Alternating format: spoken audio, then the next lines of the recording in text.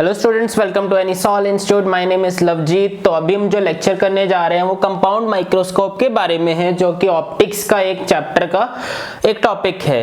Compound microscope बहुत important topic कह सकते हैं, आपके फाइनल एग्जाम्स के लिए भी है।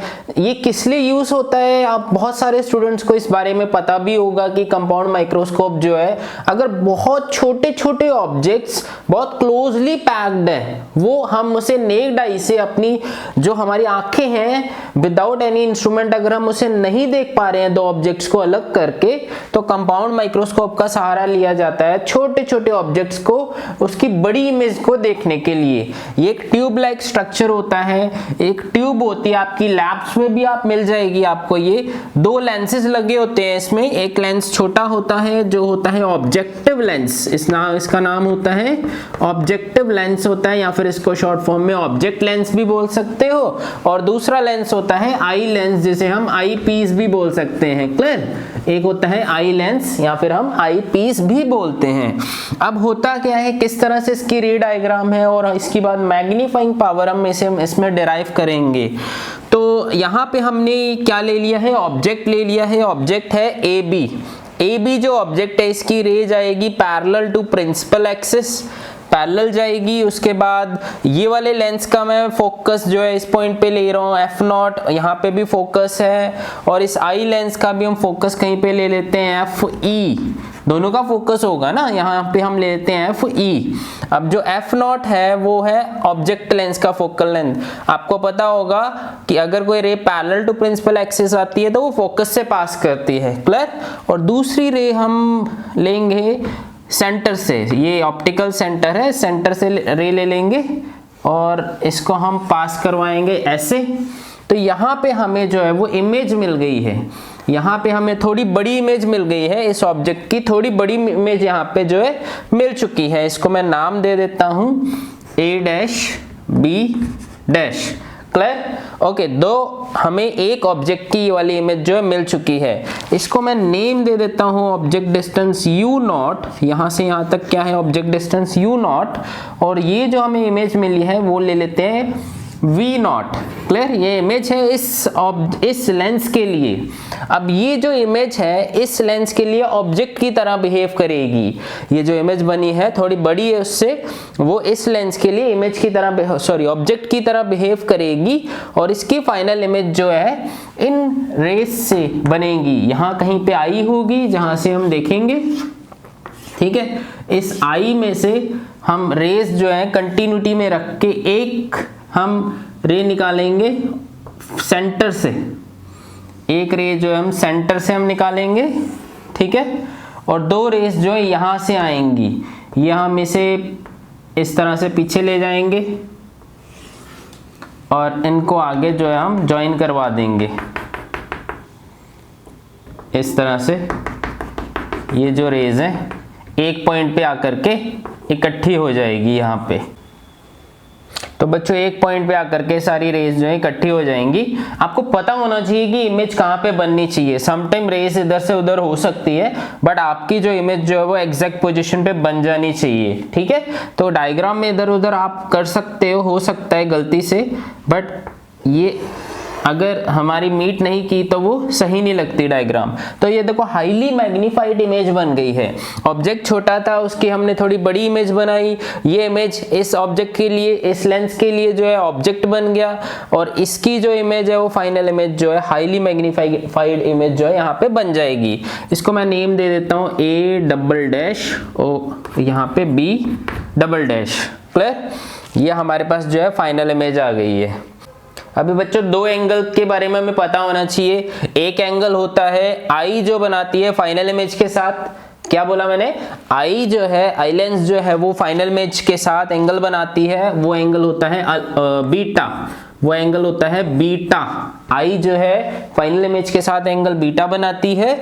और जैसे कि ये ऑब्जेक्ट है, तो यहाँ से भी मैं इसे अगर एक्सटेंड कर दूं, इसे डॉटेड लाइन करके, ये जो है जितना ये है उतना ही ऑब्जेक्ट मैं यहाँ पे रख दूं, और इसको जाकर के मैं इसके साथ ज्वाइन कर दूं, ठीक है। ये जो आई लेंसेज के साथ ज्वाइन कर दूं, यहाँ पे जो एंगल बनता है वो है एंगल अल्फा। ऑब्जेक्ट का एंगल है, ये ऑब्जेक्ट का एंगल है। जब हम डायरेक्टली ऑब्जेक्ट को देखते हैं तो किस एंगल पे है, वो अल्फा एंगल पे है। क्लियर, ये चीज याद रखना, ये अल्फा एंगल है और ये बीटा एंगल है। दो एंगल्स की मुझे जरूरत इसीलिए है क्योंकि अब हमने कैलकुलेट करना है मैग्नीफाइंग पावर कि ये कितना मैग्नीफाई कर सकता है कंपाउंड माइक्रोस्कोप किसी ऑब्जेक्ट को।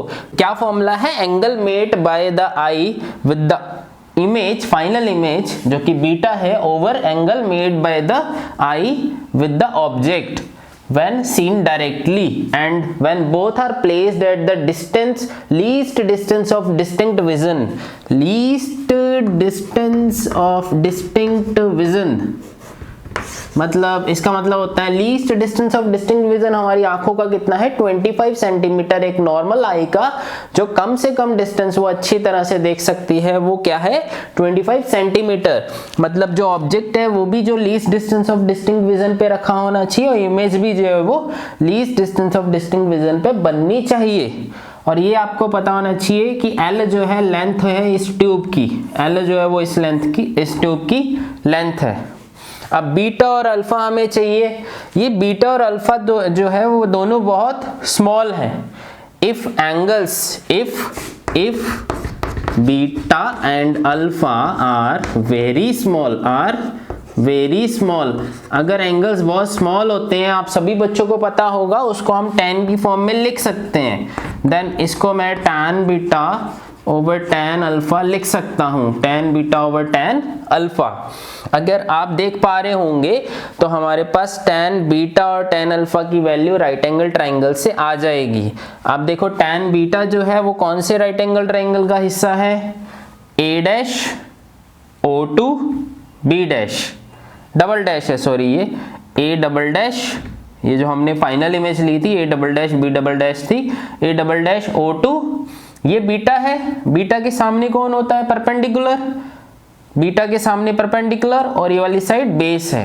क्लियर, तो A double dash B double dash perpendicular over base, तो यहाँ पे मैं लिख दूंगा A double dash B double dash over A double dash O2, A double dash O2 divided by tan alpha. Alpha ये है, अल्फा के सामने परपेंडिकुलर है, तो इसको मैं कोई नेम दे दूंगा A डबल डैश, यहाँ पे हम नेम दे देंगे यहाँ पे P, A double dash P, तो ये आ गया A double dash P over A double dash O2, A double dash O2। Clear, तो A डबल डैश O2 ये कट हो गया, तो हमारे पास क्या बच गया, तो ये रेसिप्रोकल होके मिलेगा A double dash B double dash over A double dash P। और A डबल डैश P बच्चों देखो किसके इक्वल है, A डबल डैश P जो है वो AB के इक्वल है। हमने जो स्टार्टिंग में जो कंसिडर किया था ये सेम हाइट ही ली थी, तो यहाँ पे M की जो वैल्यू हमें मिल रही है वो मिल रही है A double dash B double dash over AB। Clear, अभी मैं यहाँ पे एक स्टेप और करूंगा, वो आप खुद करोगे। हम LHS जो है सॉरी राइट हैंड साइड जो है RHS जो है उसमें A dash B dash multiply करेंगे, A dash B dash divide भी कर देंगे। तो जो चीज हमने मल्टीप्लाई की वही चीज हमने डिवाइड कर दी। हम कर सकते हैं स्टेप को, खुद से किया है। आप क्यों किया है मैं आपको समझा देता हूँ। अब A double dash B double dash क्या है बच्चों, A double dash B double dash इसकी इमेज की हाइट है। क्लियर, और इसका ऑब्जेक्ट कौन था, A डैश B डैश, तो इस चीज को आगे ले आओ, A dash B dash multiply A dash B dash इस लेंस के लिए क्या था, A dash B dash image है, तो इसको एज इट इज ऊपर रहने दो A डैश B डैश को, और नीचे क्या आ जाएगा, AB जो है वो उसका ऑब्जेक्ट था। क्लियर है बच्चों, A double dash B double dash over A dash B dash image की हाइट ओवर ऑब्जेक्ट की हाइट। ये है किसके, इसके लिए आई लेंस के लिए, और ये आ जाएगी इमेज की हाइट ओवर ऑब्जेक्ट की हाइट। ये किसके, इसके लिए ऑब्जेक्ट लेंस के लिए है। ओके बच्चों, आपको ये पता ही होगा height of image over height of object क्या होता है, ये लीनियर मैग्निफिकेशन होती है। ऑलरेडी आपने सिंपल माइक्रोस्कोप में भी पढ़ा हुआ है, या फिर आपने लेंस की माइक्रोस्कोप में भी, वहां पे लेंस की जो लीनियर मैग्निफिकेशन थी उसमें भी पढ़ा था। लेंस यहाँ पे क्या है, height of image over height of object, तो जो वो है ये है आई लेंस के लिए, तो ये आ जाएगी मैग्नीफाइंग, जो लीनियर मैग्निफिकेशन जो है आई लेंस के लिए आ जाएगी यहाँ पे, multiply linear magnification objective lens के लिए। क्लियर?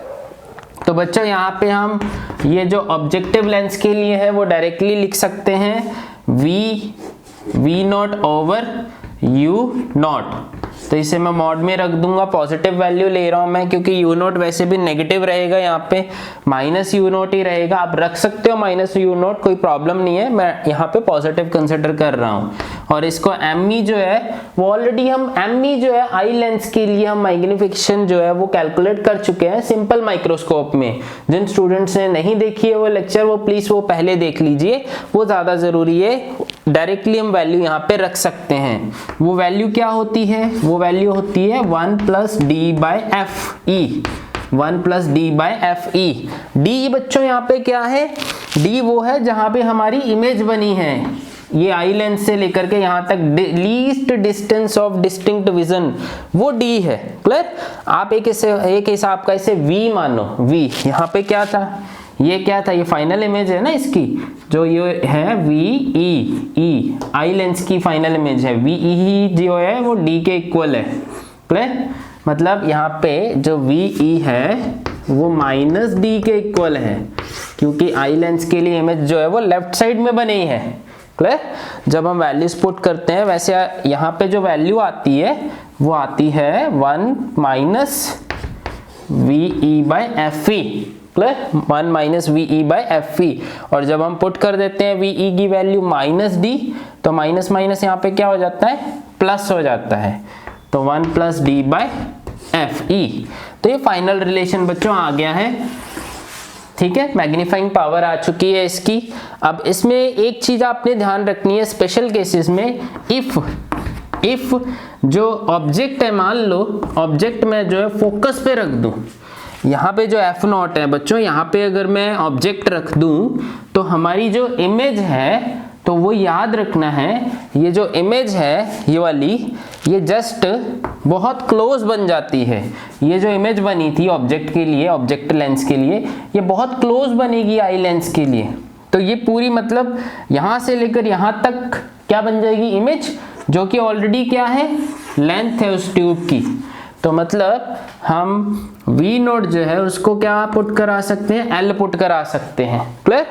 तो हमारे पास जो फाइनल रिलेशन फिर आएगा, क्या आएगा बच्चों, M इज इक्वल टू, यहाँ पे V नोट की जगह क्या लिख सकते हो, L ओवर यहाँ पे F note times 1 plus D by FE।